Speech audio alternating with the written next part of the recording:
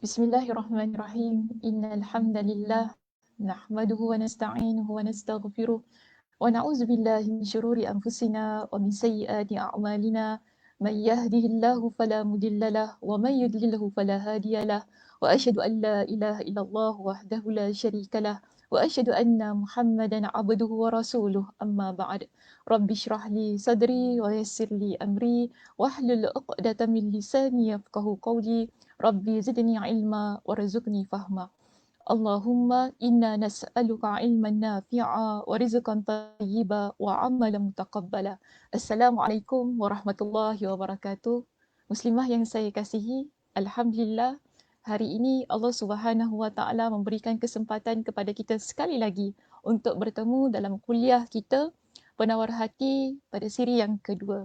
Dan saya berharap agar semuanya berada dalam keadaan yang sihat sejahtera hendaknya dan sudah bersedia dengan kitab masing-masing untuk kita memulakan pengajian kita pada hari ini.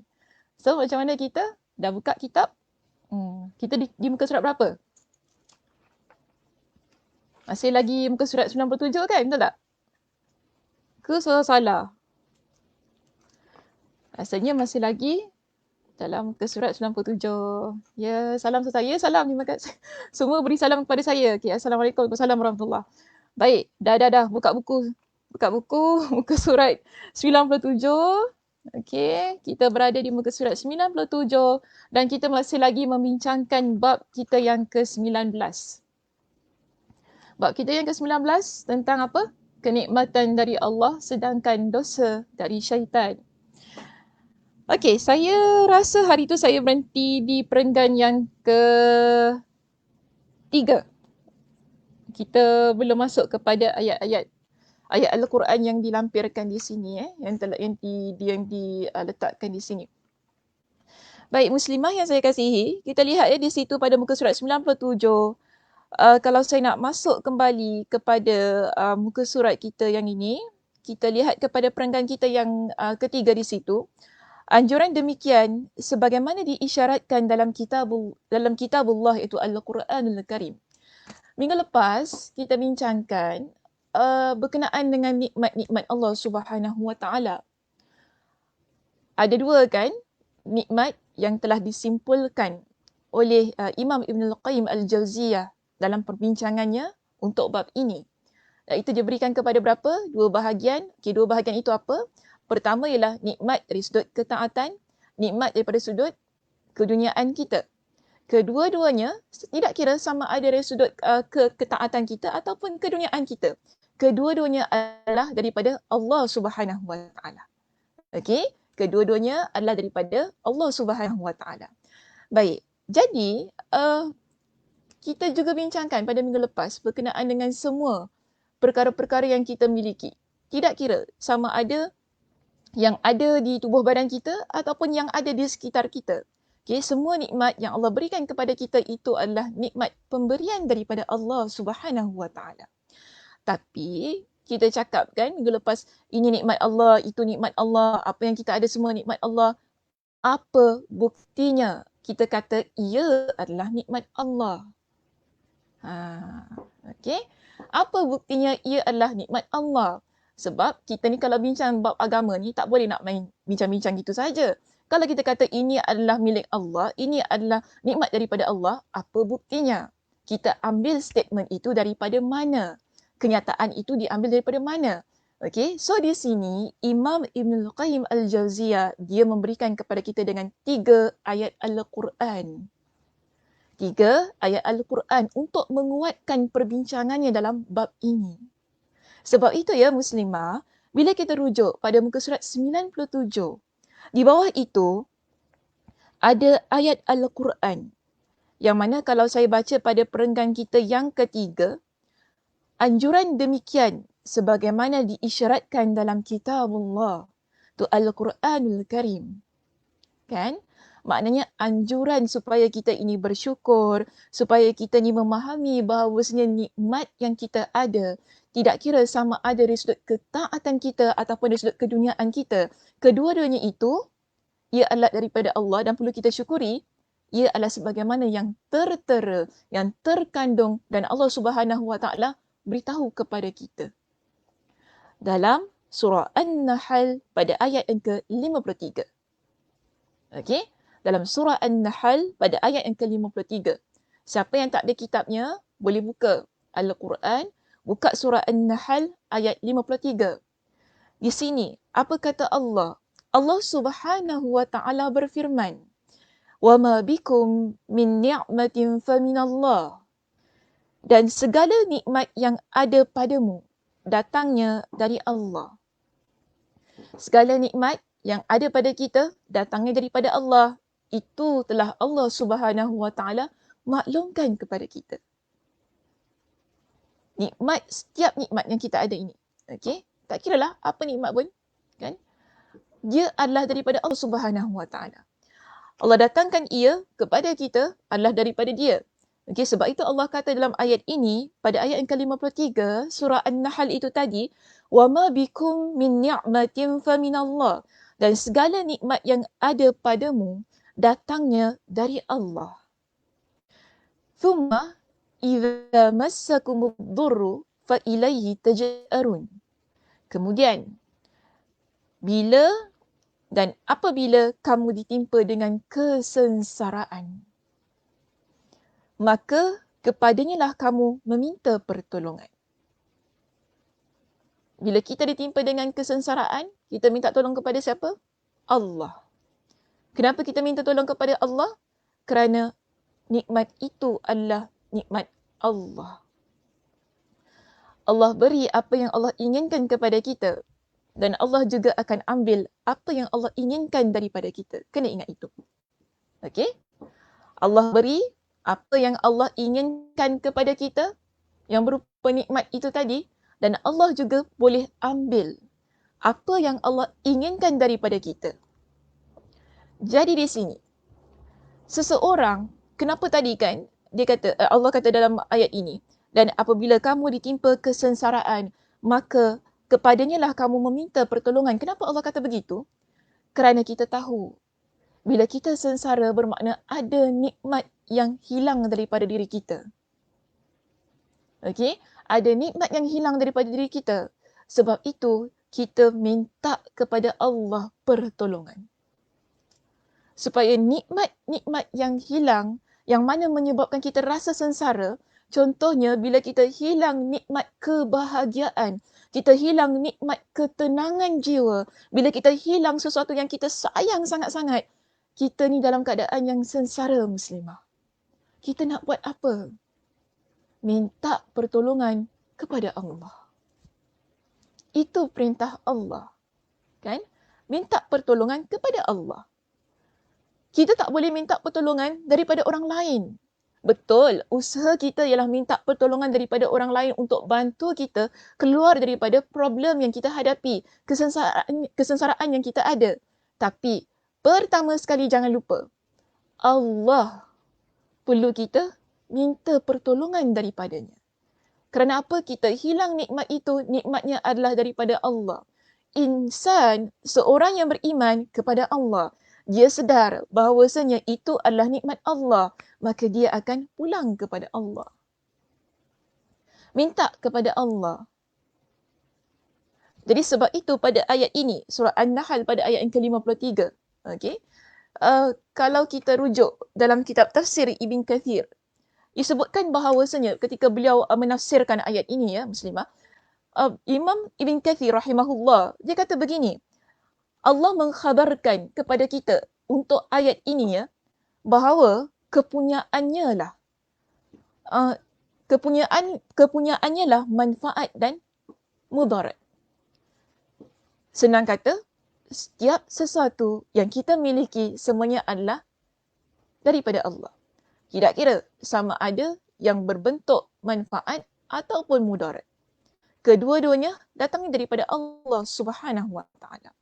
Dan sesungguhnya rezeki, nikmat mahupun kesihatan yang diterima hamba-hambanya. Rezeki kita, nikmat yang kita ada, dari sudut kebahagiaan, kesenangan, kan kebahagiaan yang kita sebut sebagai kegembiraan, dan juga disebutkan kesihatan kita sendiri, itu semua yang kita terima sebagai seorang hamba ini adalah merupakan kurnia dan juga pemberian daripada Allah Subhanahu Wa Taala kepada mereka. Ini yang ditafsirkan oleh Imam Ibn Kathir rahimahullah dalam kitab beliau untuk ayat itu tadi. Dan bila seseorang dia sedar tentang hal itu, setiap apa yang ada pada diri dia adalah pemberian daripada Allah, nikmat daripada Allah, bermakna bila tiba-tiba berlaku sesuatu yang dia rasa tidak menyenangkan hati dia dan tidak memberikan kegembiraan dalam hidup dia, maka di sini dia akan kembali kepada Allah. Sebab itu Allah kata, kepada Allah lah kamu meminta pertolongan. Kepada Allah kita meminta pertolongan. Bila kita rujuk pada ayat yang berikutnya, okay, dalam kitab kita ini, dinyatakan kepada kita dengan surah Al-A'raf ayat yang ke-69. Surah Al-A'raf ayat yang ke-69. Apa kata Allah? Ini adalah bukti yang kedua bahawasanya nikmat yang kita ada semuanya adalah daripada Allah Subhanahu Wa Taala. Okey? Maka di sini apa kata Allah dalam surah Al-A'raf ayat 69? Di sini Allah Subhanahu Wa Taala berfirman, "Fadhkuru ala Allahi la'allakum tuflihun." Maka ingatlah nikmat Allah supaya kamu mendapat keberuntungan. Atau dengan kata yang lain, supaya kamu mendapat kejayaan. Supaya kamu mendapat kejayaan. Kita bila ingat nikmat-nikmat yang Allah berikan kepada kita, yang mana dengan nikmat yang Allah berikan kepada kita sebagaimana yang telah kita bincangkan pada minggu lepas, setiap insan yang Allah berikan kepada dia dengan nikmat ketaatan, nikmat keduniaan, kemudian dia gunakan nikmatnya di jalan Allah. Dia gunakan nikmatnya untuk lebih menjadikan dirinya sebagai seorang insan yang taat kepada Allah. Maka di sini jelas, kalau kita rujuk pada surah Al-A'raf ayat 69, orang itu tadi yang mana dia mendapat nikmat daripada Allah Subhanahu Wa Taala, kemudian Allah Subhanahu Wa Taala berikan kemudian dia menjadi seorang hamba yang semakin bersyukur, semakin ingat kepada semua nikmat Allah itu tadi, dia adalah hamba Allah yang beruntung. Atau dengan kata lain, dia adalah hamba Allah yang berjaya. Okey? Dia adalah hamba Allah yang berjaya. Kemudian kita lihat pada muka surat yang berikutnya. Iaitu kalau muka surat saya 98. Okay? Ada satu lagi ayat Al-Quran yang Allah Subhanahu Wa Taala sebutkan kepada kita sebagai bukti bahawasanya nikmat yang kita miliki adalah milik Allah Subhanahu Wa Taala. Maka di sini sekali lagi Imam Ibn Al-Qayyim Al-Jauziyah dia memetik daripada surah An-Nahl, tapi kali ini pada ayat yang ke-114. Okey, surah An-Nahl ayat 114. Kalau ayat yang pertama tadi surah An-Nahl pada ayat ke-53. Tapi untuk ayat kita yang ketiga, beliau memetik surah An-Nahl ayat 114. Dalam ayat ini apa kata Allah? Allah kata begini, washkuru ni'matallahi in kuntum iyyahu ta'budun. Dan syukurilah nikmat Allah jika hanya kepadanya saja kamu menyembah. Syukuri nikmat Allah. Washkuru ni'matallahi in kuntum iyyahu ta'budun. Syukurilah nikmat Allah jika Allah itu hanya Tuhan yang kita sembah. Maknanya bila kita menyembah Allah ni muslimah, kita sedar setiap apa yang kita ada adalah milik Allah dan kita adalah hamba Allah. Bila kita sedar kita adalah hamba Allah, kita akan sentiasa bersyukur kepada Allah. Maka di sini, saya nak berikan kepada kita di sini. Ada 3 perkara daripada ketiga-tiga ayat itu tadi. Kalau kita nak simpulkan, orang yang mengakui nikmat Allah. Okey? Kita sebagai seorang muslimah, bila kita mengakui semua nikmat yang Allah berikan kepada kita, tidak kira sama ada daripada sudut ketaatan itu tadi ataupun daripada sudut keduniaan yang kita miliki, yang Allah berikan kepada kita daripada bentuk kesihatan kita, keluarga yang bahagia, pekerjaan yang baik, kan? Kita ada pendidikan yang tinggi atau pendidikan yang bagus, cemerlang dan sebagainya. Semua nikmat itu tadi kita akui daripada Allah Subhanahu Wa Taala. Kalau kita rujuk kepada ketiga-tiga ayat itu tadi, dia boleh menjadikan kita 3 jenis insan. Ataupun tiga kategori manusia. Yang mana asasnya ataupun asalnya, dia adalah orang yang mengakui nikmat Allah. Pertama, bila kita menjadi seorang muslimah yang mengakui semua yang kita ada adalah daripada Allah Subhanahu Wa Taala. Bila Allah Subhanahu Wa Taala menarik nikmat itu tadi, kita susah bukan? Okey? Kemudian Allah tarik nikmat kita, mungkin kita ni bahagia. Tapi ada satu masa Allah uji kita dengan ketidakbahagiaan. Biasa ya muslimah, kita ni dalam hidup ada ups and downs dia kan? Ada turun dan naik dalam kehidupan kita. Sekejap kita bahagia, sekejap kita tidak, sekejap kita ketawa, sekejap kita menangis. Biasa. Sekarang ini, kalau kita akan letakkan kebahagiaan kita, ketawa kita, kesenangan kita pada sesuatu nikmat yang baik. Sekarang, bila ada satu masa Allah tarik sikit daripada kebahagiaan itu tadi. Ataupun Allah tarik sedikit daripada nikmat kita itu tadi. Dan kita berada dalam keadaan yang susah. Apa yang perlu kita buat? Kembali kepada Allah. Kembali kepada Allah sebagaimana yang disebutkan dalam surah An-Nahl pada ayat yang ke-53 itu tadi. Jadi orang yang mengakui nikmat-nikmat Allah itu tadi, kita khususnya sebagai seorang muslimah, bila kita mengakui nikmat Allah Subhanahu Wa Taala itu tadi, kemudian bila Allah tarik nikmat yang kita sedar itu adalah daripada Allah, apa kita buat? Kita akan kembali kepada Allah pertama. Sebagaimana dalam surah An-Nahl ayat yang ke-53. Okey? Baik, terusnya. Yang kedua, kita sebagai seorang muslimah yang mengakui nikmat-nikmat Allah. Kemudian, kita mensyukuri nikmat Allah itu tadi. Ataupun dengan kata lain, kita ingatlah. Kalau kita rujuk dalam surah Al-A'raf ayat 69. Apa kata Allah? Fadhkuru ala Allah. Maka ingatlah kalian nikmat-nikmat Allah. Kita sedar, kita akui semua yang kita miliki adalah nikmat Allah. Maka orang yang mengakui semua itu adalah nikmat Allah dan dia ingat ini adalah nikmat Allah, dia akan menjadikan diri dia sebagai seorang muslimah yang berjaya, yang beruntung. Dia berada pada kategori yang kedua. Okey? Kalau tadi dia kembali kepada Allah, kedua dia adalah orang yang berjaya. Seterusnya yang ketiga, sebagaimana yang terdapat pada surah An-Nahl ayat 114. Okey? Surah An-Nahl ayat 114. Allah kata, "Washkuru ni'matallahi in kuntum iyyahu ta'budun." Dan syukurilah nikmat Allah.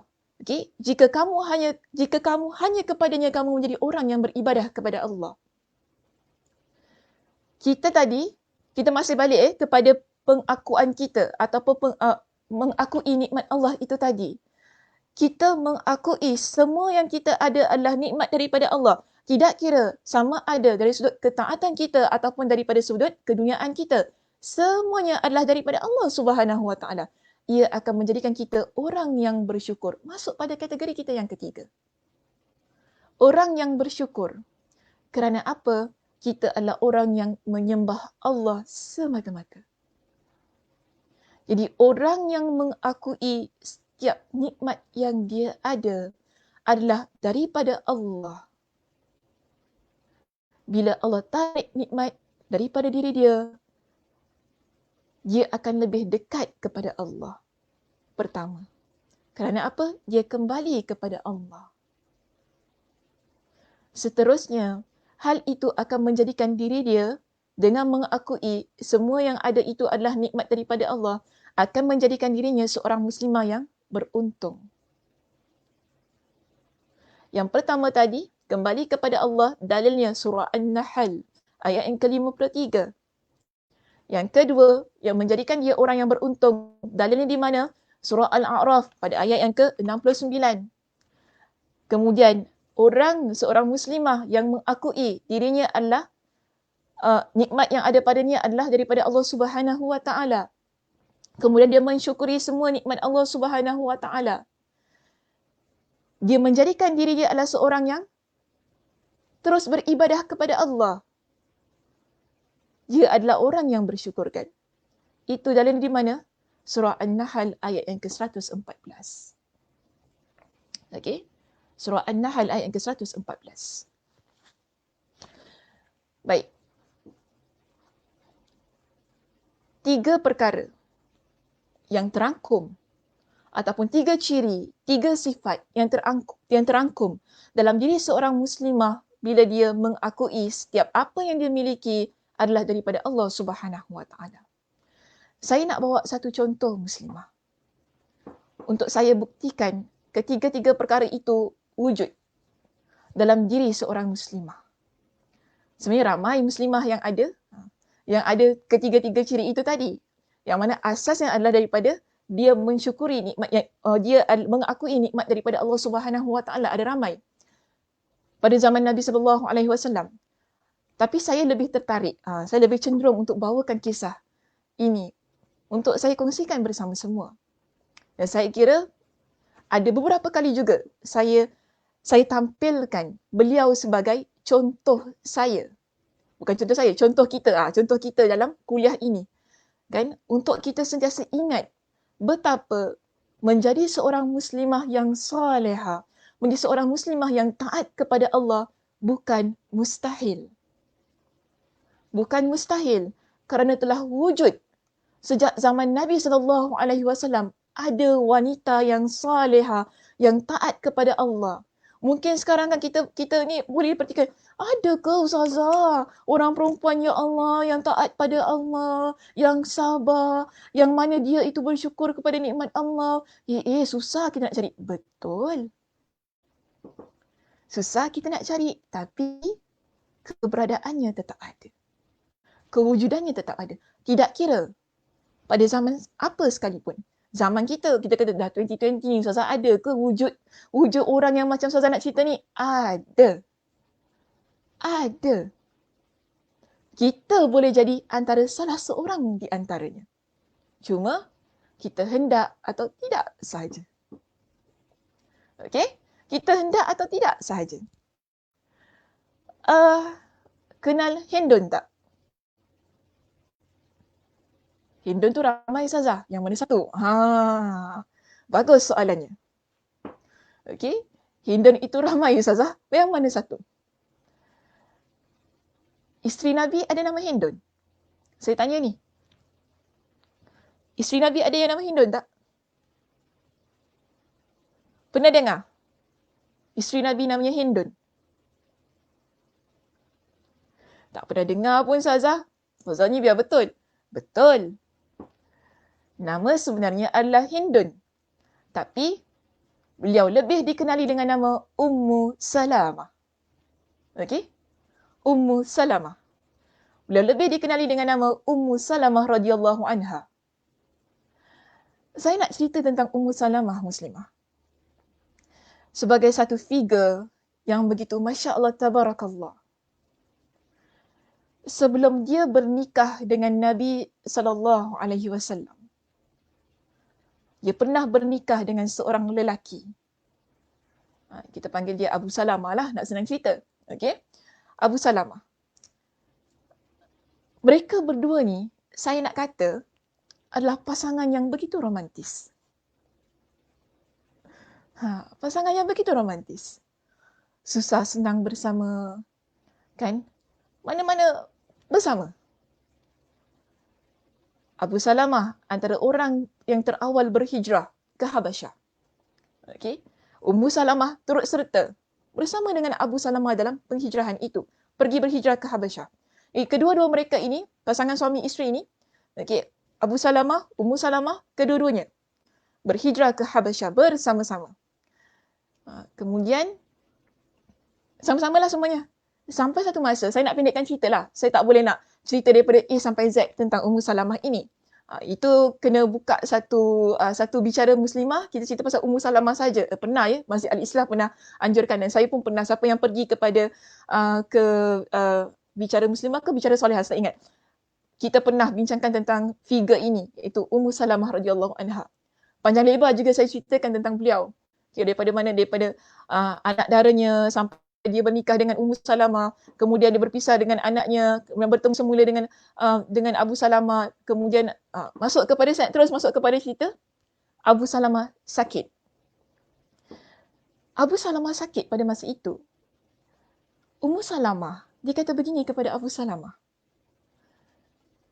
Kisah ini direkodkan oleh Ibn Sa'ad dalam kitabnya At-Tabaqat. Okay, dalam kitab At-Tabaqat. Ataupun ada kata kitab Tabaqatul Kubra, okay, Tabaqat Ibn Sa'ad. Riwayatnya ada dalam kitab itu.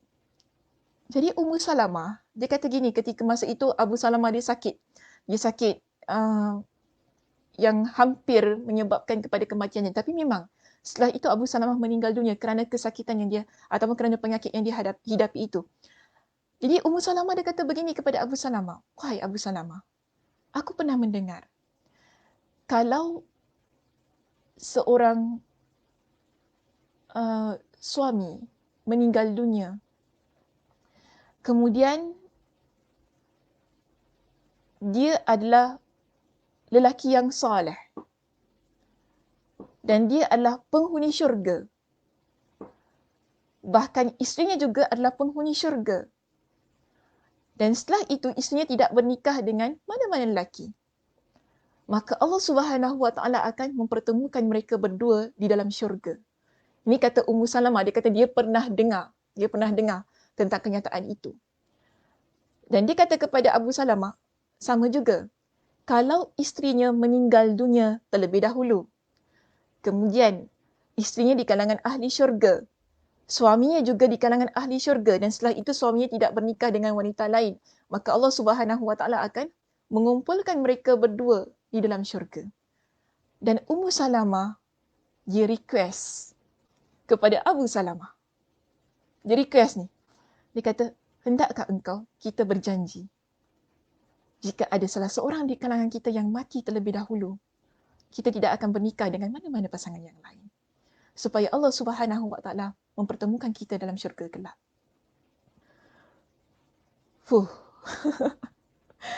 Okey. Abu Salamah, dia kata begini kepada Ummu Salamah, benarkah engkau ingin berjanji dengan hal yang sedemikian, wahai Ummu Salamah? Ummu Salamah kata apa? Ya, aku sanggup. Sebab aku ingin bertemu dengan kau di syurga. Ataupun kita jangan supaya Allah tak pisahkan kita. Begitulah menurut kepada Ummu Salamah ya ini. Tapi Masya Allah Tabarakallah, Abu Salamah bahkan dia berdoa begini untuk Ummu Salamah.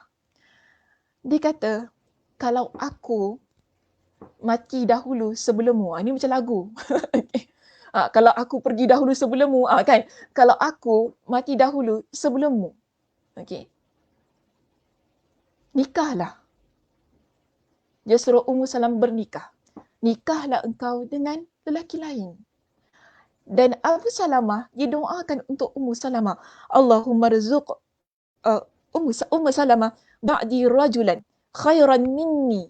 Ya Allah, engkau kurniakanlah kepada Ummu Salamah seorang lelaki selepas aku mati itu kan, seorang lelaki yang lebih baik daripada aku.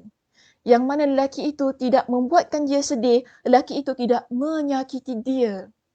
Ini adalah doa Abu Salamah untuk Ummu Salamah. Dan kemudian Abu Salamah meninggal dunia.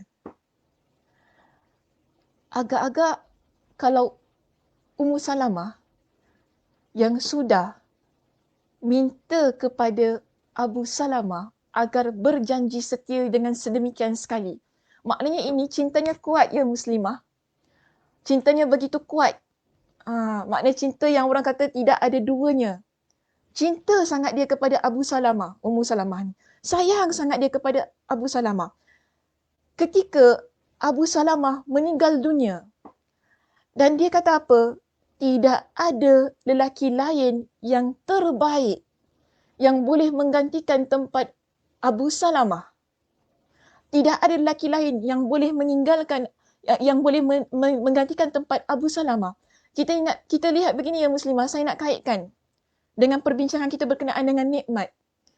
Saya pernah katakan pada minggu lepas, suami yang Allah berikan kepada kita adalah nikmat.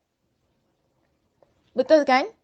Suami yang Allah anugerah kepada kita, Allah berikan kepada kita dengan jodoh, Allah berikan kepada kita dengan suami, itu adalah nikmat daripada Allah Subhanahu Wa Taala. Yang mana dengan nikmat suami itu, Allah angkat status kita menjadi seorang isteri. Tinggi status itu ya Muslimah. Tinggi, Masya Allah Tabarakallah. Allah angkat status kita menjadi seorang isteri. Tapi kena ingat, nikmat suami itu tadi, bila-bila masa Allah akan tarik daripada kita. Sama ada Allah pisahkan kita secara pisah hidup atau orang kata cerai hidup lah. Cerai hidup ataupun cerai mati. Antara kedua itu. Dan dalam kisah Ummu Salamah itu tadi, kita lihat, dia begitu cinta kepada Abu Salamah, sayang sangat kepada Abu Salamah, tapi akhirnya Allah tarik nikmat itu daripada dia. Betul kan? Allah tarik nikmat itu daripada dia. Dia ni memang sedih. Dia memang sedih. Okey? Tapi satu perkara, sampaikan kenapa, apa bukti dia sedih? Buktinya daripada ucapan dia. Yang mana dia kata apa? Tidak ada lelaki lain yang boleh menggantikan tempat Abu Salamah. Tidak ada lelaki yang lebih baik daripada Abu Salamah. Aku nak cari lelaki mana yang lebih baik daripada Abu Salamah. Bagi dia tak mungkin akan ada gantinya. Tetapi kita lihat Ummu Salamah radhiyallahu anha, dia kembali kepada Allah. Bagaimana kembali kepada Allah? Dalam keadaan Allah tarik nikmat suami daripada diri dia. Dalam keadaan Allah tarik status dia sebagai seorang isteri. Okay? Sebagai seorang isteri, Allah tarik nikmat itu daripada diri dia.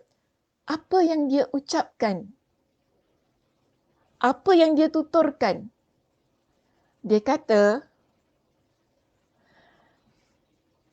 aku pernah mendengar sabda Nabi SAW, "Ma min 'abdin tusibuhu musibah fayaqulu inna lillahi wa inna ilaihi raji'un." Allahumma ajurni fi musibati wa akhlif li khairan minha. Aku pernah mendengar sabda Nabi SAW. Tidaklah mana-mana seorang hamba yang mana Allah timpakan pada dia dengan musibah, kemudian dia ucapkan inna lillahi wa inna ilaihi raji'un. Apa makna inna lillahi wa inna ilaihi raji'un? Sesungguhnya kami adalah milik Allah dan akan kembali kepada Allah. Ini adalah bukti kita kembali kepada Allah, muslimah. Bila kita susah, bila Allah tarik nikmat kita, kita kembali kepada Allah. Buktinya apa? Inna lillahi wa inna ilaihi raji'un. Kita kembalikan setiap apa yang kita ada, nikmat yang kita miliki itu tadi kepada Allah Subhanahu wa taala. Dengan mengucapkan ucapan istirja, iaitu inna lillahi wa inna ilaihi raji'un. Lalu kita berdoa, Allahumma ajurni fi musibati wa akhlif li khairan minha. Ya Allah, Kau berikanlah pahala pada musibah aku. Dan Kau gantikanlah ia dengan sesuatu yang lebih baik. Dan apa kata Nabi? Untuk orang yang mengucapkan ataupun untuk orang yang berdoa dengan doa itu tadi. Nabi kata, illa ajarahullah fi musibatihi wa akhlafa lahu khairan minha. Orang yang Allah timpakan kepada dia dengan musibah, kesusahan, lalu dia baca doa itu tadi, dia kembalikan diri dia kepada Allah, kemudian dia baca doa itu tadi, tidaklah melainkan Allah berikan kepada dia dengan pahala.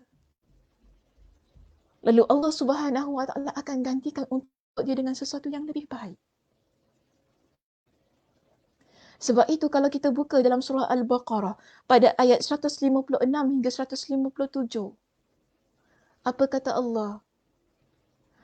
Allah kata, allazina idza asabathum musibah. Orang-orang yang mana ketika ditimpakan kepada dia dengan musibah, qalu inna lillahi wa inna ilaihi raji'un. Lalu dia berkata, inna lillahi wa inna ilaihi raji'un. Sesungguhnya kami adalah milik Allah dan kepada Allah lah kami kembali. Ulaika alaihim salawatun min rabbihim wa rahmah wa ulaika humul muhtadun.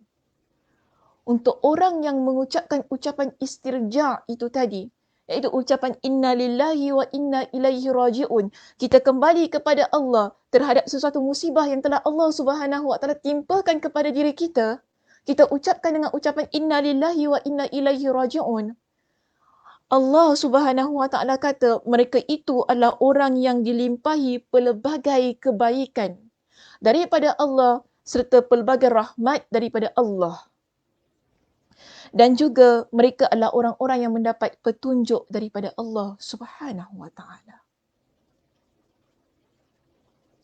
Sebab itu penting. Nikmat yang kita ada, kita sandarkan ia kepada Allah.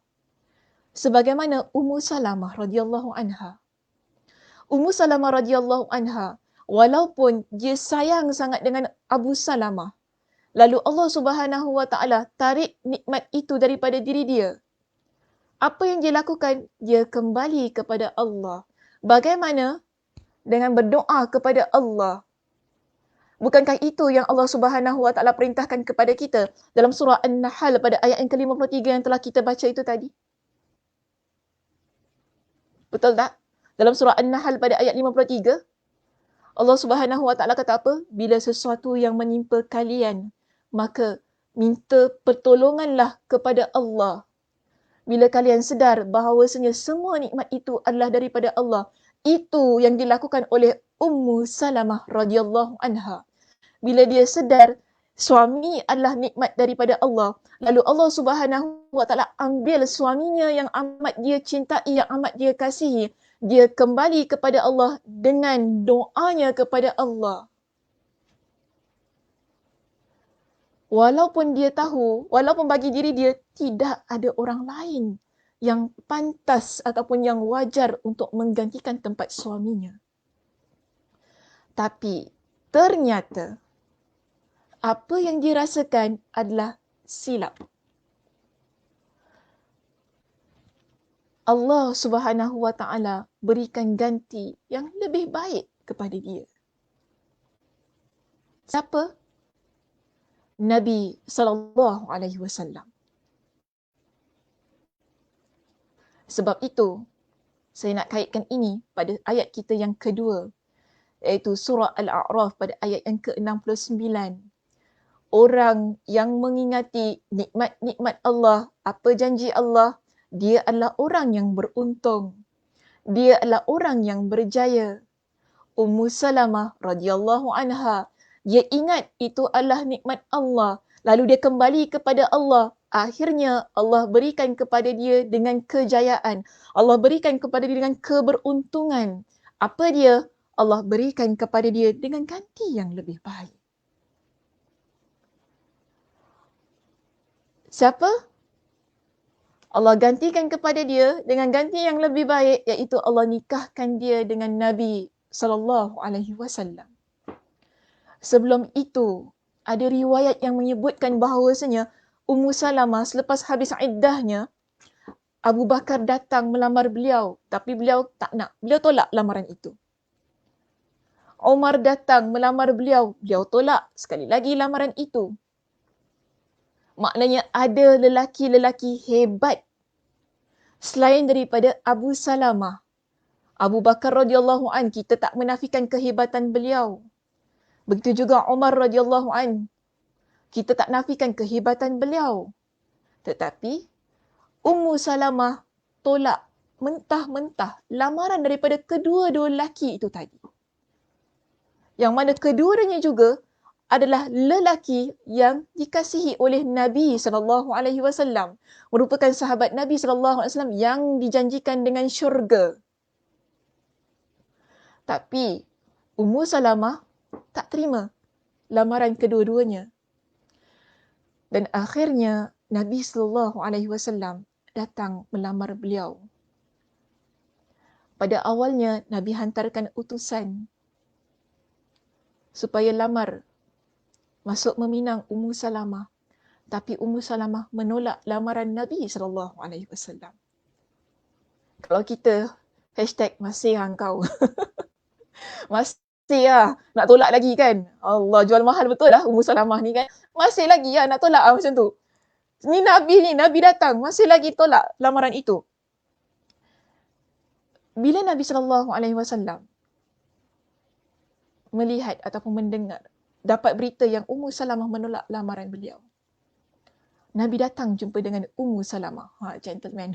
Datang jumpa dengan Ummu Salamah. One to one berbual. Bincang dengan Ummu Salamah. Kan? Nabi datang, dan pada masa itu kita rujuk dalam riwayat Imam Ahmad ibn Hanbal. Imam Ahmad ibn Hanbal, beliau nyatakan kisah itu dengan panjang lebar. Nabi datang ke rumah Ummu Salamah, dan pada masa itu Ummu Salamah dia sedang membuat pekerjaannya, sedang menyamak kulit pada masa itu. Dan dia pun terperanjat Nabi SAW datang ke rumah dia. Dia hentikan pekerjaan dia, dia bersihkan tangannya, okey, Ummu Salamah ini, lalu dia persilakan Nabi SAW duduk. Dan disebutkan dia persilakan Nabi SAW duduk di atas sebuah bantal. Itu tadi, sebuah bantal. Dia persilakan Nabi duduk. Lalu Nabi SAW mengungkapkan perasaan dia kepada Ummu Salamah. Nabi SAW menyatakan hasrat dia untuk menjadikan dia seorang isteri. Setelah Nabi SAW berhenti bicara, apa kata Ummu Salamah kepada Nabi?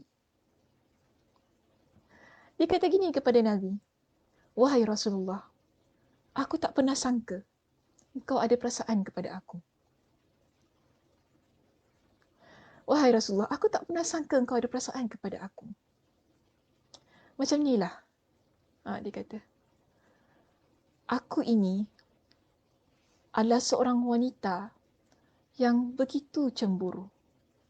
Sangat-sangat cemburu. Aku bimbang kecemburuan aku, sebab Nabi ni dia ramai isteri ya, Muslimah. kan? Mesti ada problem, mesti ada, maksudnya problem tu mesti ada perasaan jealous, cemburu kan? Sebab Nabi ramai isteri. Jadi Ummu Salamah kata apa? Aku ni adalah seorang wanita yang sangat cemburu. Jadi aku bimbang. Kerana kecemburuan itu, Allah akan mengazab aku. Maksudnya dia bimbang. Dengan perasaan cemburu itu, dia akan buat satu perkara yang dosa, lalu Allah Subhanahu Wa Taala akan mengazab dia. Itu pertama.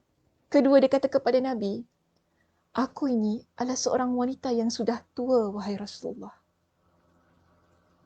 Carilah wanita yang lebih muda, yang layak untuk engkau jadikan isteri. Kemudian yang ketiga, dia kata apa kepada Nabi? Aku adalah seorang wanita yang ada ramai anak. Aku ada banyak tanggungan yang ingin aku tanggung. Aku rasa tak perlulah, wahai Rasulullah. Bila Nabi SAW mendengar ucapan itu tadi, lalu apa kata Nabi? Nabi kata begini ya, Muslimah kepada Ummu Salamah. Dan bagi saya, kata-kata Nabi ini yang menyebabkan Ummu Salamah mengubah pemikiran dia. Mengubah keputusan dia. Nabi kata begini kepada dia, amma ma dzakarti minal ghairah fasawfa yuzhibuha Allahu minki. Ummu Salamah, apa yang engkau sebutkan tentang kecemburuan itu tadi, mudah-mudahan Allah Subhanahu Wa Taala akan hapuskan ia daripada diri engkau. Mudah-mudahan Allah Subhanahu Wa Taala akan hapuskan ia daripada engkau. Ini doa Nabi. Dan kata Nabi lagi, kalau engkau kata engkau dah tua, aku pun dah tua, Ummu Salamah. Samalah kita. Macam itulah ya Muslimah. Macam itulah Nabi kata. Kalau awak kata awak dah tua, saya pun tua juga. Samalah kita. Kan? Kalau awak kata awak ada uban, saya pun ada uban juga. Inilah sweet Nabi SAW. Cair terus Ummu Salamah. Okay. Kemudian, Nabi kata begini. Last kali Nabi kata begini. Kalau tentang tanggungan yang engkau ada, itu tadi kan. Yang kau sebutkan tentang anak-anak yang ada tanggungan, itu tadi. Maka kata Nabi, fa innama ayaluki ayali. Adapun tanggungan engkau adalah tanggungan aku. Dia macam inilah Muslimah, kan? Kalau ada seorang lelaki yang nak minang kita, yang mana kita ni janda ataupun kita balu, kita ni ada anak, kan? Dia kata gini, tak apalah, anak awak anak saya juga. Macam gitu kata dia. Senang kata. Anak awak anak saya juga. Tak apalah, sama-samalah kita jaga. Macam gitu. Ayat yang Nabi SAW berikan kepada Ummu Salamah. Cair terus Ummu Salamah. Ummu Salamah kata, okey. Terus Ummu Salamah menerima lamaran Nabi SAW. Saya nak kaitkan kisah Ummu Salamah itu tadi. Okey? Saya nak kaitkan kisah Ummu Salamah itu tadi daripada awal kisah dia kematian suami, kemudian bagaimana cara dia berhadapan dengan keadaan itu tadi, Muslimah. Ummu Salamah radhiyallahu anha adalah orang yang, sekali lagi saya kata, kembali kepada Allah. Bagaimana dengan ucapan istirja'nya? Kerana dia sedar nikmat yang dia ada adalah daripada Allah Subhanahu Wa Taala. Dan kemudian, orang yang mana dia adalah orang yang kembali kepada Allah. Dia ingat bahawasanya nikmat yang dia ada adalah daripada Allah Subhanahu Wa Taala. Allah akan jadikan dia sebagai orang yang berjaya, orang yang beruntung. Terbukti dalam kisah itu.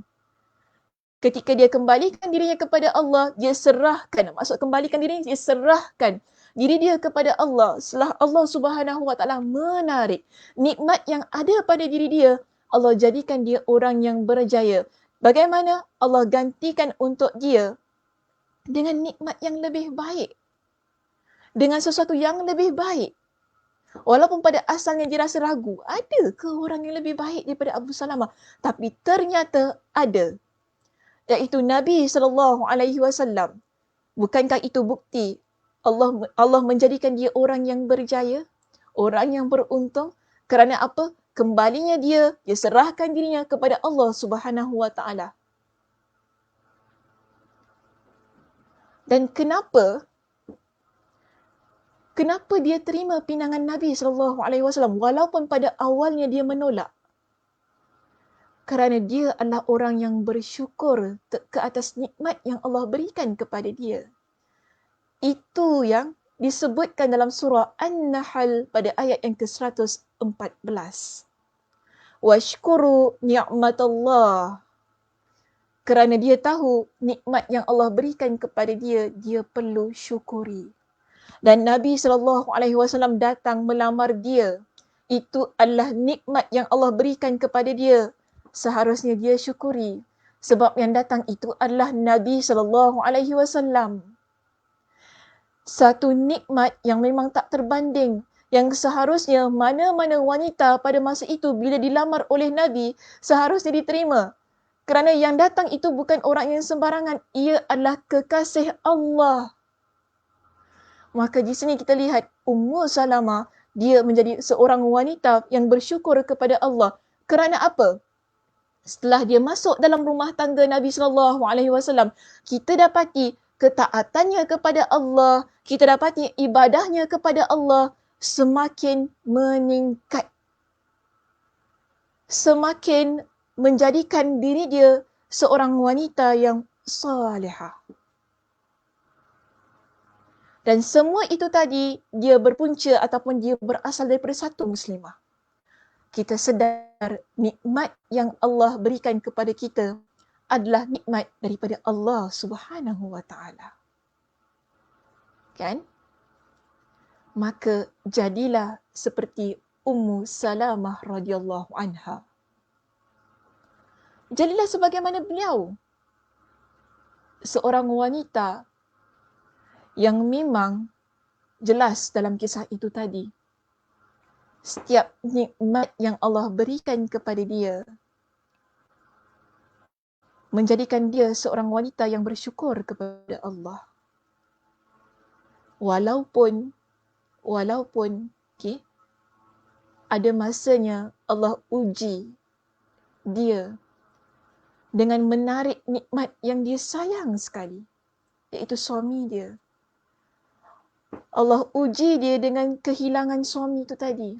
Tapi dia masih lagi meletakkan dirinya pada status hamba. Dia masih lagi meletakkan dirinya pada satu tempat yang mana dia sedar, aku adalah hamba Allah. Setiap apa yang Allah berikan kepada aku bersyukur. Setiap apa yang Allah tarik daripada aku masih lagi menjadi insan yang bersyukur. Bagaimana muslimah bila Allah tarik nikmat yang Allah berikan kepada kita, tapi kita menjadi insan yang bersyukur dengan kita kembalikan diri kita kepada Allah. Bagaimana dengan mengucapkan ucapan istirja', inna lillahi wa inna ilaihi raji'un, Allahumma ajurni fi musibati wa akhlif li khairan minha.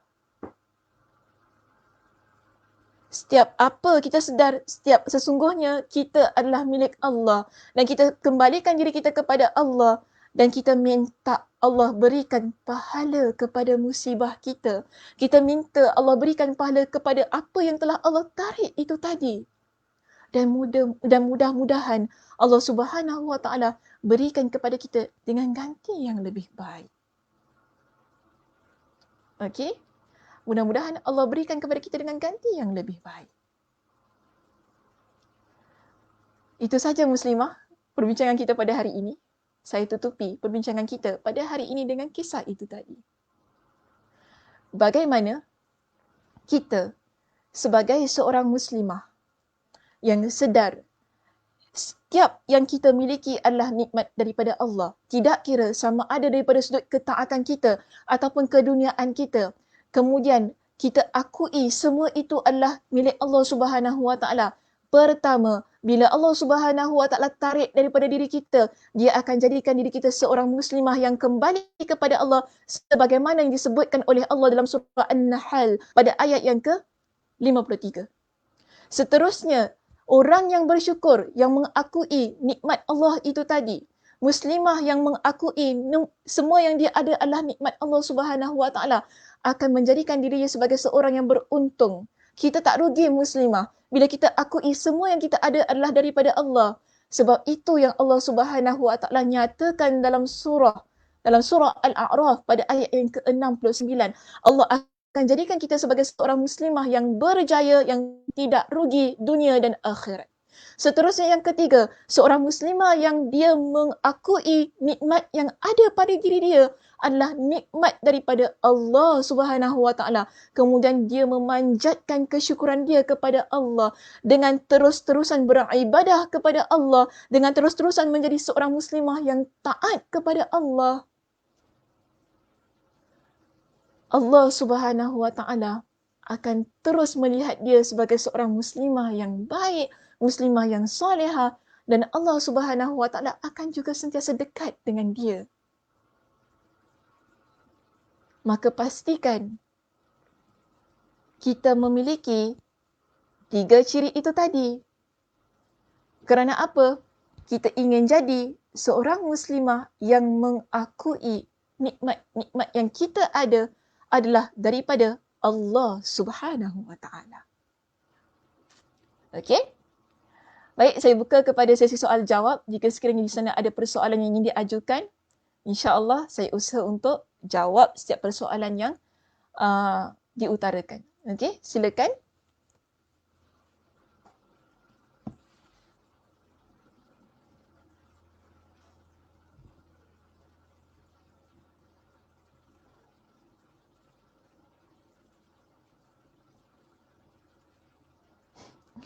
So, romantik kan sweet? Sweet. Sebab itu ya muslimah, kita ni kalau nak cari lelaki sweet ni, nak tengok contoh lelaki sweet ni, jangan tengok dekat TV. Okey, jangan tengok kat TV. Tengok dalam hadis Nabi SAW. Lihat bagaimana ataupun betapa sweetnya Nabi SAW. Itu baru sweet yang betul. Itu baru sweet yang betul. Memang Masya Allah Tabarakallah. Nabi memang sweet dengan semua isteri Nabi SAW. Jadi kalau nak lihat, kalau kita ni nak kagum, kadang-kadang kita kalau tengok TV, kalau tengok pelakon, seorang aktor yang dekat TV, Masya Allah, sweet itu kan, alah sweetnya. Kalau pegang bantal tu kita gini, cute, alah sweetnya. Macam itu sekali kan kita, tak payahlah, itu semua bedek. Itu berlakon saja. Kalau kita nak tengok yang real punya sweet, lihat dalam hadis Nabi SAW. Sebab itu kita ni jadi muslimah sentiasa dekat dengan hadis Nabi di samping dengan Al-Quranul Karim. Banyak baca hadis Nabi, kita akan dapat lihat bagaimana satu kehidupan yang lebih real. Yang bukan lakonan semata-mata. Okey? Lihat dalam hadis Nabi SAW. Pick up line at its best. Yes! Pick up line dia kan.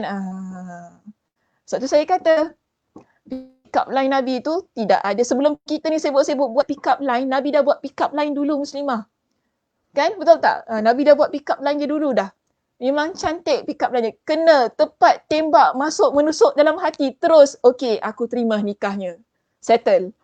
Baik, terus. Ada yang lain? Ada soalan yang lain tak? Tak ada ke? Ni semua komen-komen cerita tadi je ni.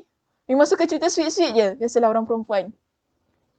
Okey, Masya Allah. Memang confirm Allah gantikan yang terbaik. Alhamdulillah. Daripada siapa ni? Maliki Mulan Jamila. Okay, syukran Ustazah atas apa yang Ustazah sampaikan. Saya sudah amalkan ajaran Ustazah, tapi macam mana nak yakinkan lagi walaupun mereka tahu nikmat Allah. Bagaimana nak yakinkan lagi? Okey, bagaimana? Tapi macam mana nak yakinkan lagi walaupun mereka tahu nikmat Allah? Macam mana ya soalan ni? Macam mana nak yakinkan lagi walaupun mereka tahu nikmat Allah? Bagaimana kita nak yakinkan lagi walaupun kita dah beramal soleh, kan? Mungkinlah saya boleh katakan begini ya, Puan Maliki Mulan Jamilah ni. Macam mana kita nak yakinkan lagi walaupun kita ni dah beramal soleh, kita dah baca doa, kemudian kita nak yakinkan diri kita semua nikmat ini adalah daripada Allah Subhanahu Wa Taala. Begini, kita tak miliki satu apa pun di atas muka bumi ini. Kita tak miliki satu apa pun di atas muka bumi ini. Senang kalau orang yang masih lagi meragui nikmat Allah, yang masih lagi tak yakin ini semua adalah nikmat daripada Allah, Allah akan ambil dan Allah akan beri dan Allah akan ambil. Okey, bila-bila masa yang Allah inginkan. Kalau kita tak yakin lagi tentang diri itu, cuba lihat pada diri kita. Cuba lihat nikmat mata yang Allah berikan ini. Mata, okey? Nikmat mata yang Allah berikan ini, pada mata kita ni, dia bukan hanya sekadar mata muslimah. Tapi pada mata kita ini, dia ada pelbagai macam urat saraf di dalamnya. Cuba bayangkan kalau satu sahaja yang terputus. Itu nikmat Allah. Urat saraf yang ada pada mata kita ini nikmat Allah. Satu saja terputus. Bukankah ia boleh menjejaskan penglihatan kita? Penglihatan itu adalah nikmat daripada Allah. Bila menjejaskan penglihatan kita, kita selalu sedar, ya Allah dulu ada mata kan. Dulu ada mata bukan nak buat benda baik, bukan nak baca buku banyak-banyak. Bukan nak baca Al-Quran sampai khatam Al-Quran. Sekarang ni bila mata dah tak ada, ataupun bila rabun ke apa kan, barulah sibuk nak buka Al-Quranul Karim. Itu nikmat. Yakin bahawasanya kita tak memiliki satu apa pun. Daripada hujung rambut kita sampai ke hujung kaki kita adalah milik Allah Subhanahu Wa Taala. Rezeki kita adalah milik Allah Subhanahu Wa Taala. Walaupun kita kata, bukan ustazah saya yang cari rezeki itu sendiri. Kan? Bukankah saya yang masak, saya yang jual makanan saya, saya yang buat, saya bake ke apa kan? Saya baker. Saya buat biskut ke apa dan saya jual. Itu saya usaha ustazah. Saya dapat duit daripada hasil penjualan saya. Bukankah itu daripada saya sendiri? Betul. Tapi cuba fikirkan, kalau Allah tak berikan kepada kita dengan ilmu untuk kita jadi seorang pembuat kuih yang terbaik di Singapura contohnya. Boleh ke jadi? Tak jadi. Kalau Allah Subhanahu Wa Taala tak berikan kita tak jadikan kita orang yang pandai, ataupun tak jadikan kuih kita tu tadi orang nak beli contohnya. Allah tak buka hati orang yang makan tu nak. Kadang-kadang kita buat kuih kita sedap kan muslimah? Betul tak? Kita buat kuih kita sedap tapi tak ada orang nak beli. Betul tak? Kenapa orang nak beli? Sebab Allah gerakkan hati dia. Nikmat itu tadi masih lagi daripada Allah. Kita tak boleh nafikan. Alhamdulillah, saya buat kuih-muih ini nikmatnya daripada Allah. Sebab Allah berikan kepada saya dengan kekuatan. Allah berikan kepada saya dengan ilmu. Allah berikan kepada saya rezeki dengan orang nak beli kuih-muih saya. Kalau kita pandai, kalau kita boleh buat kuih macam mana sekalipun, kalau kita usaha macam mana sekalipun, tapi kalau Allah tak izinkan, ia tetap tidak berlaku. Ia tetap tidak berlaku. Sebab itu semuanya daripada Allah Subhanahu Wa Taala. Kena yakin. Kena yakin. Okey, ia adalah daripada Allah Subhanahu Wa Taala. Okey, ada soalan yang lain?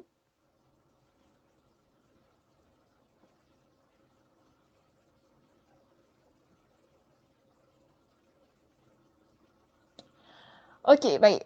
Puan Hanimatus Sa'diyah, soalannya, setiap yang kita miliki adalah sudut nikmat daripada Allah, termasuk suami. How can this be relatable to those yang mendapat suami yang abusive ataupun violent? Kita dah masuk kisah rumah tangga dah. Okey. Dia begini, Puan Halimah. Awalnya, bila kita bernikah dengan seorang lelaki, Okey, bila kita bernikah dengan seorang lelaki, itu nikmat bukan? Yang mengangkat status diri kita menjadi seorang isteri. Awalnya, saya kata awalnya. Okey? Awalnya itu adalah nikmat yang Allah berikan kepada kita. Dan nikmat Allah ini ada ujian. Okey? Nikmat Allah ada ujian. Sama ada kita dapat suami yang baik, yang soleh, ataupun kita dapat suami yang abusive itu tadi. Ini masuk pada perbincangan ujian pula, Puan. Ni contoh saya bagi contoh yang lain ya, Puan. Kita ada kereta. Kereta itu adalah nikmat. Tapi pada awalnya kita dapat kereta tu, kita beli kereta tu tadi kan, nikmat. Masya Allah, tabarakallah, kita happy dengan kereta tadi. Sayang sangat-sangat kereta itu tadi. Tapi lama-kelamaan ada ujian-ujian yang Allah berikan kepada kereta itu tadi. Banyak problem, rosaklah, orang calakan kereta kita dan sebagainya. Ia adalah ujian. Sama macam suami tadi. Allah berikan kepada kita dengan suami, awalnya suami kita suami yang soleh, suami kita baik, Masya Allah, pandai baca Al-Quran, selalu imamkan kita solat di rumah. Tapi kemudian selepas 14 tahun pula. Selepas 10 tahun, selepas 15 tahun, selepas 30 tahun, tiba-tiba, terbalik. Mungkin dia jadi abusive. Okay? Mungkin dia jadi seorang yang dah tak soleh lagi dah. Nikmat itu Allah tarik. Dan ia adalah ujian bagi diri kita. Namun bagaimana kita nak berhadapan dengan ujian itu tadi? Itu persoalan yang lain, Puan. Okay, persoalan yang lain. So kita, saya faham ya muslimah, tak semua muslimah yang memiliki suami yang soleh. Tak semua muslimah memiliki suami yang tutur katanya sweet, bicaranya Masya Allah, tabarakallah. Ada ramai di kalangan muslimah kita yang memiliki suami yang toksik. Maaf ya saya guna perkataan itu. Ada ramai muslimah kita yang memiliki suami yang na'udzubillahi min zalik lah begitu keadaannya. Ia adalah ujian daripada Allah. Yang mana itu juga merupakan nikmat. Nikmat daripada Allah yang berbentuk ujian yang Allah berikan kepada dia. Tapi bagaimana kita nak berhadapan dengan nikmat berbentuk ujian itu tadi? Dia ikut case by case lah. Kan? Ada orang je gini, ada orang begitu. Macam-macamlah keadaan yang nak dia berhadapan dengan nikmat itu tadi. Tapi yang paling penting, begini ya. Bila kita berhadapan dengan situasi tersebut, pertama sekali yang perlu kita letakkan di hadapan ialah kembali kepada Allah. Sebagaimana yang ada dalam surah An-Nahl pada ayat yang ke-53. Bila kita susah dengan nikmat yang Allah berikan kepada kita itu tadi, kembali kepada Allah. Pertama sekali, sebelum kita minta pertolongan daripada orang lain. Kerana apa? Kita sedar. Allah dah berikan kepada kita dengan nikmat suami itu tadi. Kemudian tiba-tiba dia berubah, tiba-tiba dia jadi gini, tiba-tiba dia jadi seorang insan yang tak pernah kita sangka. Minta kepada Allah pertolongan terlebih dahulu. Sebab kita tahu ini adalah daripada Allah. Kita minta yang terbaik. Allah berikan yang terbaik untuk kita. Ya Allah, kalau dia boleh berubah, ubahkanlah dia, ya Allah. Bantu aku untuk ubah dia contohnya. Ya Allah, kalau dia jadi gini, ya Allah, bantu aku, ya Allah, supaya aku jadi seorang isteri yang sabar. Kadang-kadang muslimah, cuba lihat doa kita tu di mana. Bila Allah uji kita, doa kita kat mana? Mungkin selama ini, bila Allah berikan kepada kita dengan nikmat suami itu tadi, kita kurang berdoa. Kita kurang berdoa. Tingkatkan doa kita. Sebab saya juga tak nafikan, ada suami yang tidak baik, kemudian akhirnya berubah menjadi baik. Betul kan? Ada suami yang abusive pada awalnya, akhirnya berubah menjadi suami yang Masya Allah, tabarakallah, penyayang. Kita tak pernah menafikan hal itu. Kerana apa? Dia bermula daripada stage kita yang pertama. Bagaimana untuk kita berhadapan dengan keadaan itu tadi? Dan bagaimana bentuk ujian yang sebenarnya dah Allah patternkan untuk diri kita? Kan? Bagaimana ujian yang telah Allah tetapkan untuk diri kita? Kalau dia jadi satu ujian yang akhirnya kita dah berdoa kepada Allah, kita dah minta kepada Allah, tapi tak ubah-ubah juga suami itu tadi, makin abusive dan sebagainya, mungkin ada perkara lain yang ingin Allah peruntukkan untuk diri kita. Ada nikmat lain yang Allah ingin peruntukkan pada diri kita. Maka nikmat itu didatang daripada pelbagai arah, pelbagai sudut dengan pelbagai macam cara. Okey, ada pelbagai macam cara Allah datangkan untuk diri kita. So, jangan lihat nikmat yang Allah berikan kepada kita daripada satu sudut sahaja. Sebab nikmat itu didatang untuk kita sebagai seorang hamba ini Allah berikan kepada kita dengan pelbagai cara dan pelbagai sudut. Maka lihat nikmat itu dengan lebih luas lagi. Supaya kita akan jadi seorang hamba yang lebih bersyukur. Sebab begini, mungkin Allah uji kita dengan nikmat suami, tapi Allah kekalkan kita dengan anak yang saleh dan saleha. Allah berikan kepada kita dengan satu pekerjaan yang baik contohnya. Itu nikmat yang ada pada diri kita yang saya kata tadi, lihat nikmat itu daripada pelbagai sudut.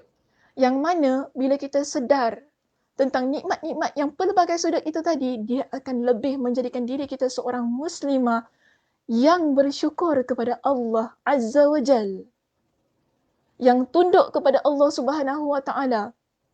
Yang menjadikan diri kita, walaupun Allah uji kita dengan suami yang jahat ke berkatakan, yang suami, na'udzubillah lah, aku tak boleh lah suami macam ni.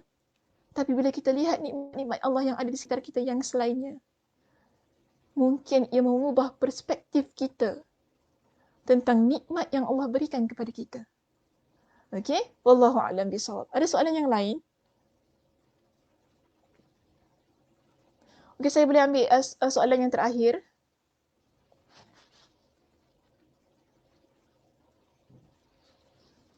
Okey, kita ada soalan daripada Puan Roslinda Rahmat. Assalamualaikum. Salam Puan Roslinda. For some people, susah nak merasakan nikmat hidup kerana terlalu dibelenggu dengan masalah. Masalah keluarga terutamanya, bagaimana hendak menangani ini dan merasa nikmat dengan apa yang ada walaupun hakikatnya hidup itu perit dengan pelbagai cubaan. Mohon pencerahan, terima kasih. Puan Roslinda, saya kira dia dah termasuk tadi yang saya sebutkan. Okey. Saya dah jawab tadi sikit daripada soalan Puan Halimah tadi kan, berkenaan dengan nikmat suami.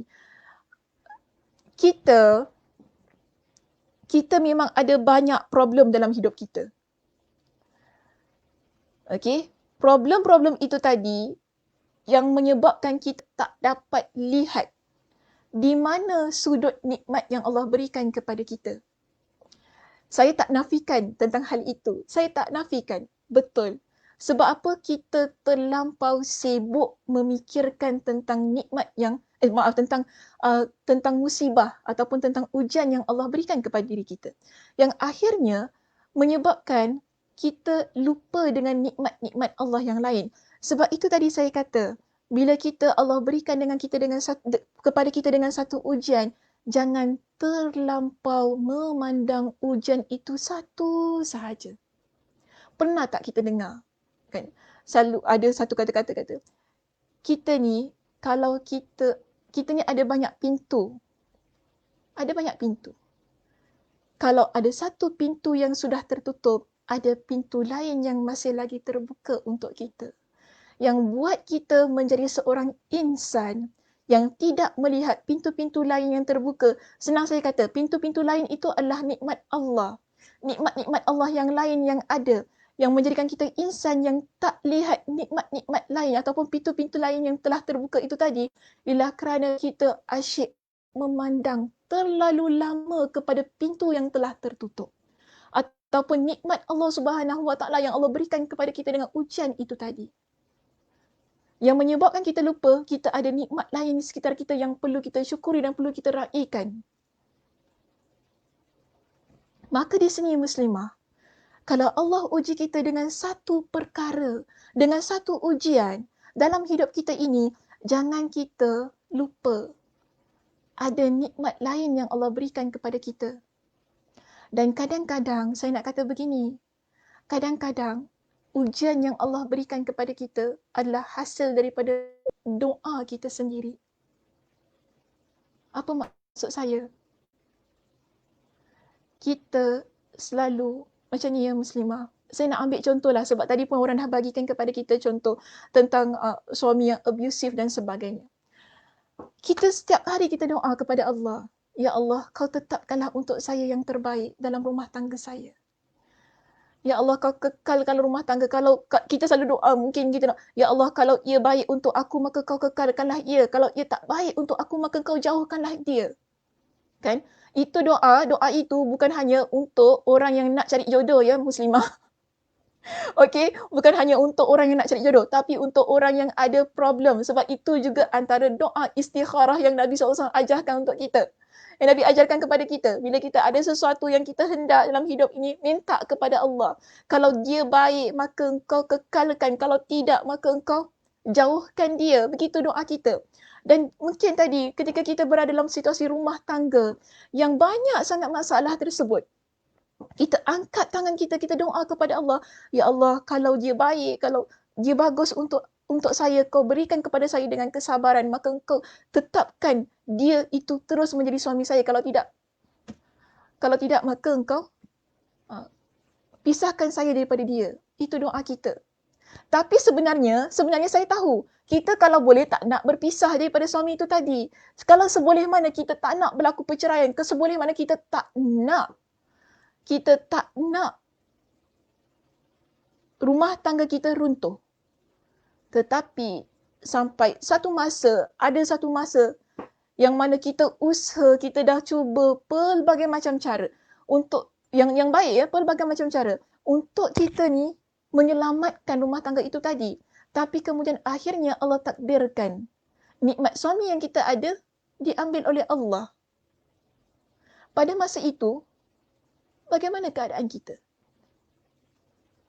Adakah kita nak melalak, menangis, ya Allah 24 jam sampai tak boleh move on, sampai 10 tahun, 20 tahun, 30 tahun? Bagaimana keadaan kita? Sedangkan kita lupa doa kita tadi, permintaan kita tadi. Kadang-kadang, begini ya muslimah, Allah nak berikan kepada kita dengan nikmat kebahagiaan, nikmat kelapangan jiwa, nikmat dari sudut rezeki dan sebagainya. Allah dahului ia dengan kesengsaraan. Allah dahului ia dengan kesusahan. Sebab itu dalam Al-Quran Allah kata apa? Fa inna ma'al usri yusra. Maka sesungguhnya bersama dengan kesusahan itu ada bersamanya dengan kesenangan. Betul kan? Allah dahului ia dengan kesusahan. Supaya bila lepas kita keluar daripada nikmat itu tadi, ujian itu tadi, kita akan dapat sedar betapa nikmat kebahagiaan itu memang betul-betul daripada Allah. Tapi masalahnya, kita hendak raikan ataupun tidak nikmat-nikmat lain yang ada di sekitar kita. Itu tadi. Kalau kita tak nak, ataupun setelah Allah berikan kita dengan ujian tadi kan, kita tak nak lihat yang kita ni ada nikmat-nikmat lain di sekitar kita, dan kita hanya melihat ujian itu sahaja seumur hidup kita, kita takkan berada pada kategori yang kedua tadi. Yang Allah kata apa? La'allakum tuflihun. Moga-moga kalian menjadi orang yang beruntung. Sebab itu, Allah pesan kepada kita, ingat nikmat Allah. Untuk kita jadi orang yang beruntung. Tapi, kalau kita hanya, nikmat Allah ini banyak. Allah pun sebut dalam Al-Quran, nikmat-nikmat. Okay? Tapi kalau kita hanya melihat satu saja nikmat dan nikmat itu pun dah Allah ambil, nikmat itu pun dah Allah jadikan ia sebagai ujian dalam hidup kita, satu tu je saja kita tengok. Yang lain tu kita abaikan. Kita tak endah yang lain tu. Kerana kita hanya nak lihat yang satu tu saja. Dia tak jadi muslimah. Tak jadi kita ni sebagai seorang yang berjaya, beruntung. Kan? Sebab itu kalau saya nak katalah tentang orang yang move on dan sebagainya, yang dah saya sebutkan pada minggu lepas, yang saya ada cakap tentang minggu lepas tentang orang yang move on. Kenapa dia jadi orang yang sedemikian? Sebab dia tak lihat nikmat lain yang Allah berikan yang ada di sekitar dia. Kita ingat muslimah, kalau Allah uji kita dengan suami, kita ada anak-anak yang perlu kita jaga dan didik. Itu tanggungjawab kita, itu nikmat kita. Jangan abaikan. Kalau kita Allah uji sekali lagi saya kata dengan suami, kita ada kehidupan. Ini nikmat yang Allah berikan kepada kita yang perlu kita jaga. Jangan bila Allah uji kita dengan suami, kita jadi diri kita serembah-serembih kan. Ya Allah, kusut masai, tak terjaga. Jadi tak tentu arah. Jangan. Sebab ini nikmat. Itu yang orang selalu lupa kan. Betul tak? Jangan lupa, kita ni masih lagi ada orang yang sayang kepada kita. Itu nikmat. So, bila kita ada satu masalah dalam kehidupan kita, jangan lupa. Nikmat lain yang Allah berikan kepada kita yang akan dipersoalkan oleh Allah Subhanahu Wa Taala. Itu dah saya sebutkan pada minggu lepas. Setiap nikmat yang Allah berikan kepada kita, Allah akan tanya. Allah akan persoalkan, bukan? Allah akan tanya. Jadi, kalau kita sibuk dengan ujian yang satu itu saja, yang menyebabkan kita lupa kepada nikmat kita yang ada di sekeliling kita, yang banyak itu tadi, kita sendiri yang telah menjadikan diri kita orang yang rugi. Sedangkan Allah sebenarnya ingin jadikan kita orang yang berjaya dalam kehidupan kita. Kerana daripada satu ujian itu tadi, dia akan menjadikan diri kita orang yang benar-benar boleh mengangkat status kita, martabat diri kita ke arah yang lebih baik. Cuma ramai orang lupa tentang hal itu. Sebab itu Nabi SAW kata, "May yuridillahu bihi khairan yusib." Allah Subhanahu wa Nabi SAW kata, siapa yang Allah ingin berikan kepada dia dengan kebaikan, maka Allah akan uji dia. Allah nak kebaikan kepada diri kita. Allah akan uji kita. Daripada ujian itu, dia akan menjadikan diri kita muslimah yang lebih baik daripada yang sebelumnya. Tapi kalau kita asyik melihat ujian tersebut sebagai sesuatu yang mendowngrade diri kita, yang meletakkan diri kita kepada satu tempat yang kita rasa kita tak boleh nak terima, kepada satu tempat yang kita tak boleh nak hadap, kan? Kita sendiri yang menolak kebaikan tersebut. Okey, muslimah. Saya kira itu sahaja untuk hari ini. Rasa macam lama sangat hari ini. Okey, itu sahaja perbincangan kita untuk hari ini. Okay, terima kasih kepada yang telah memberikan soalan, okay, yang telah memberikan komen-komen di sini. Tapi saya tak boleh nak jawab semualah. Itu saja. Sebab dah lama sangat dah kita perbincangan kita. Baik, saya doakan mudah-mudahan kita semua Allah berikan kepada kita dengan kesabaran dalam kehidupan kita ini. Okay, kesabaran itu juga dia akan menjadi kita seorang muslimah yang sedar tentang nikmat-nikmat yang Allah berikan kepada diri kita. Jadi penting, okay, syukur dan sabar dia dijantikan gandengan. Sebab itu juga yang Nabi pesan. Itu juga yang Nabi SAW katakan kepada kita. Orang yang mukmin dia amat menakjubkan. Kerana apa? Dia ada sabar dan syukur. Wallahu a'lam bishawab. Saya tutup kuliah kita pada hari ini dengan tasbih kafarah. Subhanakallahumma wa bihamdika. Asyhadu an la ilaha illa anta astaghfiruka wa atubu ilaik. Assalamualaikum warahmatullahi wabarakatuh.